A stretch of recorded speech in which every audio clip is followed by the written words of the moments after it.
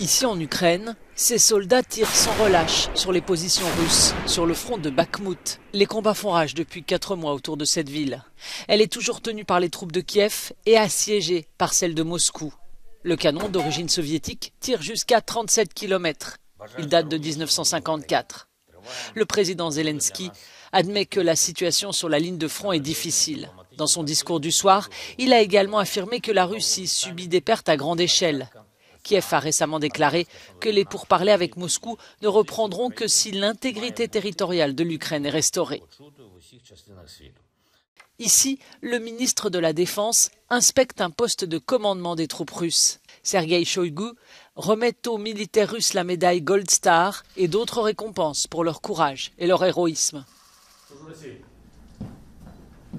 Dans la ville de Kherson, les évacuations des habitants en prévision d'une offensive ukrainienne sont maintenant terminées selon les autorités pro-russes. Mais dans la région autour de la ville, la police ukrainienne mène l'enquête à la recherche de signes de crimes de guerre présumés.